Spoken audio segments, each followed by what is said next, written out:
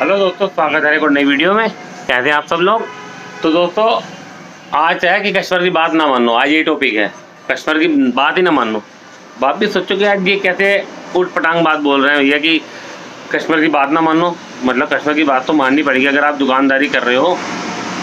तो बात वही है ना, बात है कस्टमर की बात ना मानो। वो किसी वजह से कह रहा हूँ, आपको नुकसान से बचाने के लिए।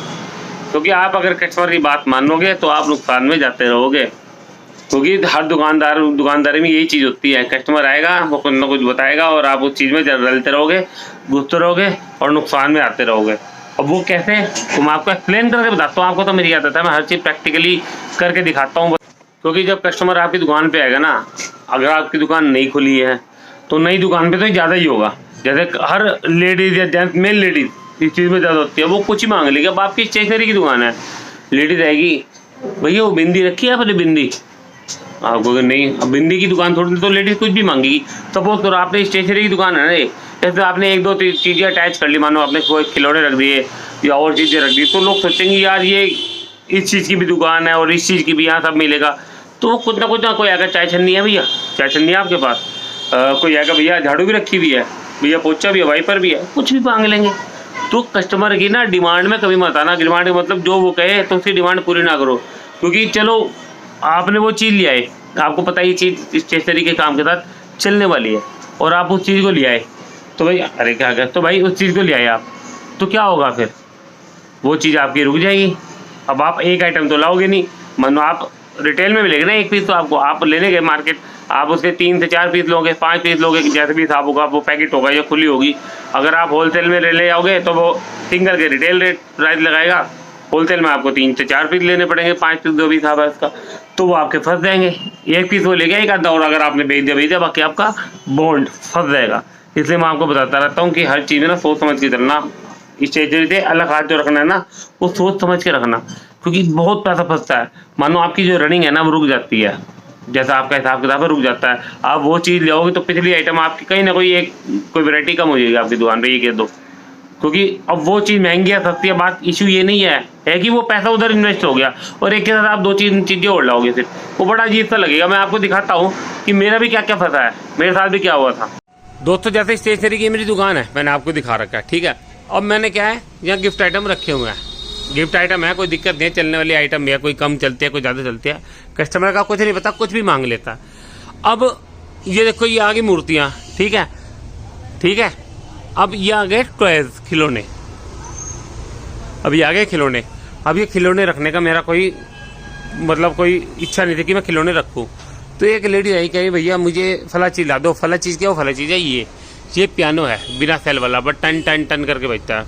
अब भैया मैं मार्केट गया तो मैं इसके 4-5 पीस ले आया, ठीक है। मतलब 4-5 खाली इसके नहीं, ये 2 इसके थे और ऐसे 1-2 और लाया था मैं।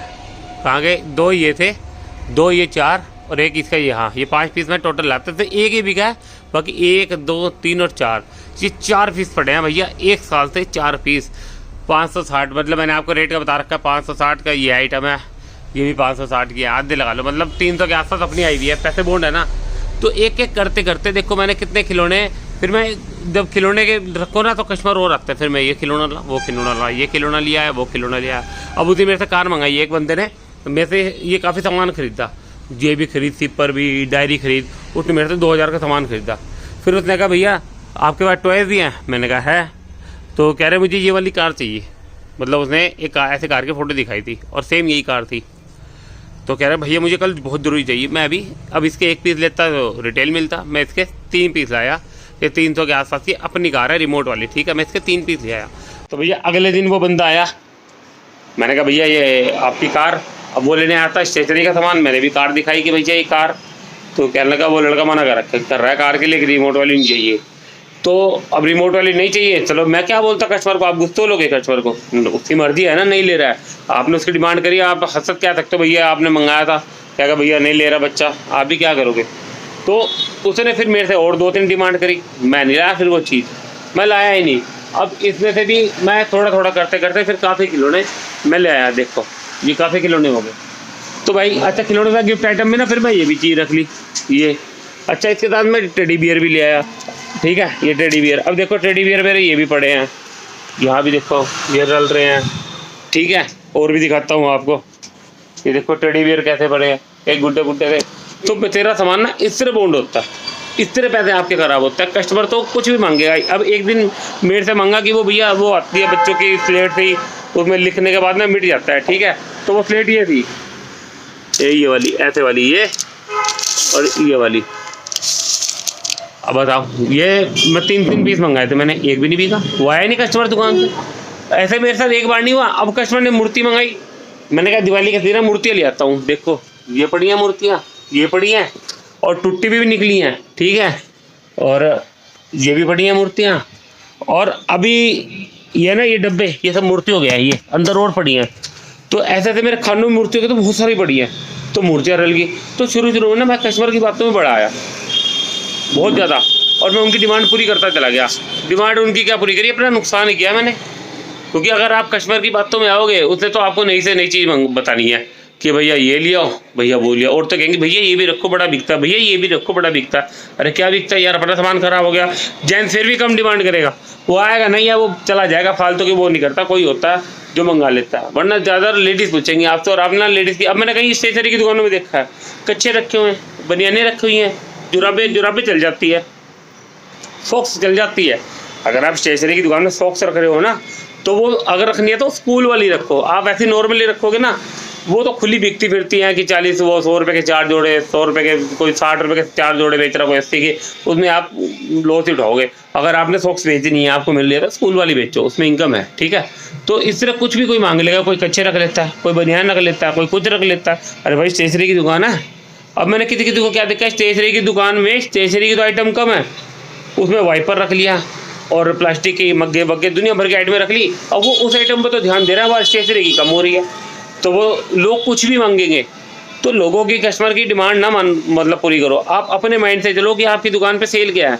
कस्टमर को नहीं पता ना आपकी दुकान पे सेल क्या है, तो वो आपको पता है कि आपकी दुकान पे डिमांड क्या है। वो तो लेडीज़ कुछ भी मांग लेगी आगे, जेंट्स कुछ भी मांग लेगा, भैया ये है, ये है। कोई जूते के तस्मे भी मांग लेता है आगे दुकान पे, कोई वो जो बूट पॉलिश भी मांग लेता है। तो आप क्या क्या पूरी करोगे? आपको तो अपनी जो मेन फोकस अपनी ही दुकान पे, मानो आपने, अगर आपने गिफ्ट का रखा काम, तो आप गिफ्ट पे फोकस रखो। आपको कॉपी पेन में नहीं घुसना, ठीक है, गिफ्ट या खिलौने का जो भी है। अब अगर आप स्टेशनरी में आपका फोकस है मेन ये है, तो आप मेन इसी पे फोकस करोगे। अगर आप और चीज़ों पे फोकस करोगे ना, तो आपका ये कम हो जाएगा। मेरे साथ हुआ है, देखो मेरे पे कॉपियाँ कम हो गई, ये तो खैर खत्म है। मेरे पे कॉपियाँ बड़ी कम हो गई। मैंने क्या किया, कॉपियों के पैसे इधर उधर चीज़ों में लगाने शुरू कर दिए। कहीं गिफ्ट लिया, कभी कुछ। मेरे भाई साहब कॉपियाँ खत्म, तो स्टेशनरी के कस्टमर मेरे वापस जा रहे थे। तो मैं यही कह रहा हूँ कि अपना फोकस जो है ना, अपनी उस चीज़ पर रखो जो आपकी दुकान की पहचान है। कस्टमर दूर दूर से आपकी दुकान पे आता है, तो उस चीज़ पर आपने अपना पूरा फोकस रखना है। कस्टमर की कही हुई बातों पे या आस पड़ोस की चीज़ देख के कभी नहीं आना कि यार पड़ोस की ये चीज़ बिक रहा है, ये भी मैं जोड़ लूँ। उस पड़ोस की यार ये चीज़ बिक रही है और एक ही दुकान है, ये भी मैं कर लूँ। यार ना, जलन तो दूर, अपने दिमाग की और दिल की करके ना आराम से ऊपर वाले का नाम लेके काम शुरू करो, और बातों पे ना हो किसी की भी। बस अपना काम करते रहो और मौज करते रहो। बाकी आपका भाई आपके साथ ही है। जैसे जैसी वीडियो, मतलब कहता है मेरे को भी नॉलेज आपके साथ हो रही है, और आपके साथ मेरे को, मेरे साथ आपको, तो ज्ञान बांटने से ही बढ़ता है भाई, ठीक है। तो कोई प्रॉब्लम हो तो मुझे भैया कमेंट बॉक्स में ज़रूर बताएं। बाकी मैंने बहुत कमेंट भाइयों के पढ़े हैं, अमित कुमार करके भी, और भी राजस्थान से है भैया, काफ़ी भैया हैं, भाई बहन हैं जो कमेंट करते हैं। तो उनकी वीडियो भी मैं बनाऊंगा, क्योंकि मुझे दुकान के हिसाब से देख के चलना पड़ता है। तो उनकी भी वीडियो बनाऊंगा, जैसे जैसे कमेंट में आए उन सब की वीडियो मैं पूरी करूँगा। एक भाई ने भी कह रखा है भैया अपनी पूरी दुकान दिखाओ, उसमें मुझे ये पता लग जाएगा कि कितने सामान आपकी दुकान पे है, तो ढंग से नॉलेज मिल जाएगी। वो भी दिखाऊंगा मैं आपको, टेंशन कोई नहीं है। वो भी आपको हर चीज़ प्रैक्टिकली करके दिखाता हूँ आपको। था मेरी हवा में उड़ने की बातें नहीं है कि हवा में उड़ तीर मारने वाला मेरा काम नहीं है। जो है नॉर्मली आपको दिखाऊंगा, तब रियल लोगों जो होता, फेक मैं कुछ नहीं करता, ठीक है। अगर वीडियो मेरी पसंद आए, चैनल को सब्सक्राइब करना, वीडियो को लाइक करना, शेयर करना है। मिलते हैं अगली वीडियो में, बाय।